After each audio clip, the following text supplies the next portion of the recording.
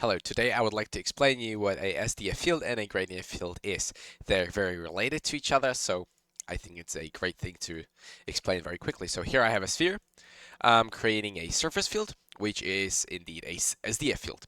So right now, if I volume slice it, we can see that we have certain values here.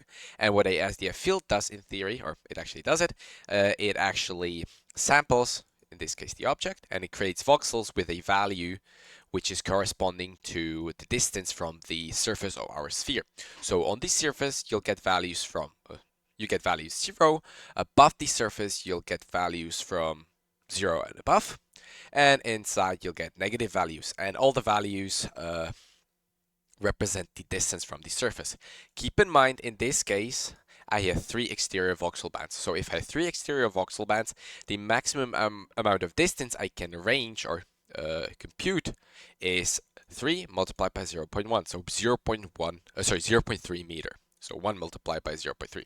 So now I'd like to pin it here. So a volume sample will do, it will take a point, which you can see here, and it will sample the value, or it will sample its position, and it will look in which voxel cell that point currently is, and it will take that voxel cell's value and assign it to the, and assign it to the SDF value here.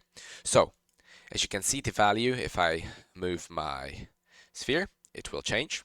Of course, if we go somewhere close here, we're almost reaching 0. And if I go somewhere outside, we're suddenly getting positive values. So the SDF field essentially just measures the distance from the surface. And why is SDF so similar to the gradient field? Is because a gradient field creates a vector to rising values. Of course, you can create a gradient from whatever field you would like. So in this case, I just created a VDB analysis, set this to a gradient, and created a custom name called gradient. Here, just gathering some points and bounds, and then doing a trail. As you can see, the vectors are pointing outwards. Why?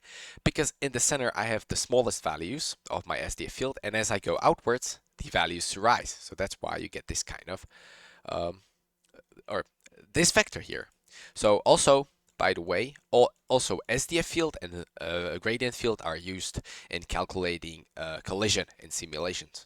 So I hope this was helpful, and I hope you learned something new, and bye.